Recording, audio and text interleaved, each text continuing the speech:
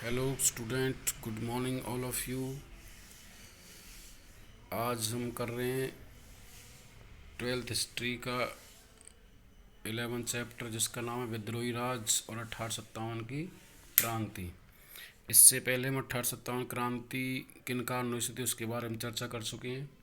उसके बाद next video में हमने 1857 की क्रांति किन किन क्षेत्रों में हुई उत्तर भारत के, उनके बारे में चर्चा कर चुके हैं। आज हम कर रहे हैं इसमें 1857 क्रांति के असफल होने के क्या कारण रहे थे।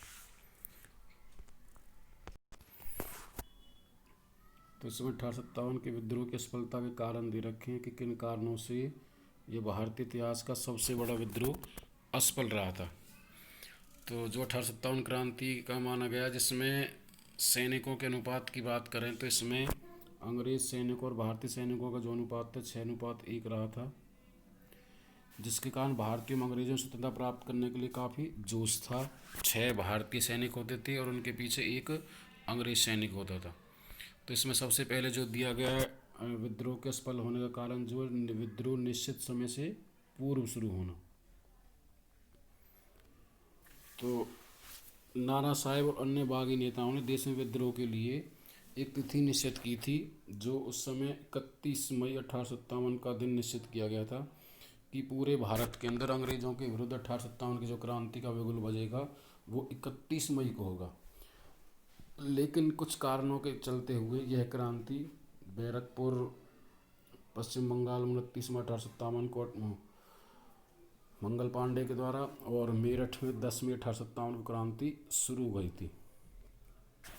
तो जो इस विद्रोह की असफलता का कारण बना है, सभी लोग तैयार थे कि क्रांति 31 मई को होगी, लेकिन क्रांति समय से पहले शुरू होने के कारण इस क्रांति को अंग्रेजों के द्वारा दबा दिया गया और यह क्रांति विफल रही।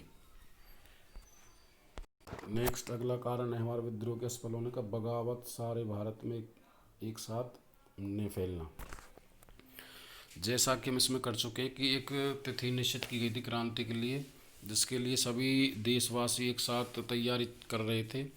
लेकिन क्रांति शुरू से समय से पहले शुरू होने के बाद यह क्रांति केवल कुछ ही क्षेत्रों में फैल पाई थी, जिसमें उत्तर भारत के प्रमुख राज्य आते थे। इसके अलावा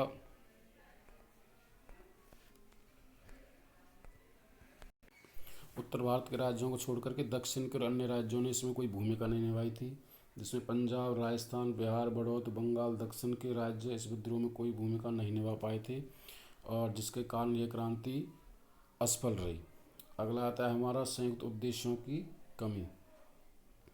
1857 क्रांति का एक मुख्य कारण उद्देश्यों की, संयुक्त रूप से उद्देश्यों की कमी मानी गई थी और इसमें प्रत्येक व्यक्ति अपने आज़ादी के लिए लड़ रहा था। उसके अंदर इतनी सोच नहीं बन पाई थी कि हमें अपने आप को ने अपने देश को आज़ाद करा लाएं। तो इसमें मुसलमान मुग़ल साम्राज्य स्थापित करना चाहते थे। नाना साहेब को अपने पेशवा की पदवी की चिंता थी और झांसी की रानी झांसी को पुनः स्वतंत्र कराना चाहती थी, जिसके कारण एक उद्देश्य न होने के कारण ये सभी लोग एक झंडे तले न आने के कारण ये क्रांति असफल हुई थी। अगला आता है हमारा साधनों का अभाव।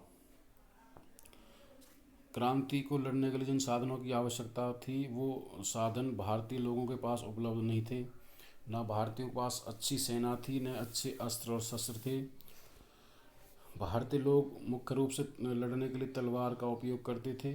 इसके विपरीत अंग्रेज़ों के पास साधनों का कोई अभाव नहीं था और वो आवश्यकता पड़ने पर इंग्लैंड से भी इन साधन और सैनिकों को मंगवा सकते थे। उनके पास आधुनिक शस्त्र थे, जिसमें बंदूक, तोपखाने प्रमुख माने गए थे, जिसके कारण अंग्रेज़ों के द्वारा इस क्रांति को दबा दिया गया, जो असफल का एक कारण बना है। अगला आता है हमारा अनुशासन का अभाव। 57 क्रांति में अनुशासन का अभाव प्रमुख माना गया था। जब कहीं किसी भी स्थान पर विजय प्राप्त करते तो वो वहाँ पर लूट मार करने लगते थे और इस लूट मार के कारण वे लोगों से सहयोग प्राप्त न कर सके।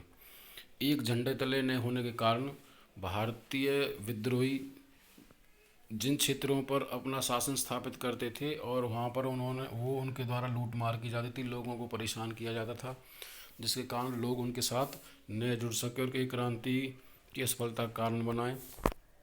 अगला आता है भारतीय राजाओं का अंग्रेजों के साथ मिल जाना। इस क्रांति का प्रमुख कारण माना गया था कि बहुत सारे भारतीय शासक या राजा अंग्रेजों के साथ विद्रोह में मिल गए थे। उन्होंने भारतीयों या अपने देश के हित के अपेक्षा अंग्रेजों का सहयोग देना पसंद किया था। इसमें हैदराबाद, ग्वालियर, पटियाला, नावा, जींद, इंदौर, भोपाल, जोधपुर, कश्मीर, राजपूताना और नेपाल क्षेत्र के शासक सम्मिलित थे। जिसके बाद अंग्रेज़ों के सहयोग करने के बाद अंग्रेज़ों के द्वारा इस विद्रोह को आसानी से दबा दिया गया था।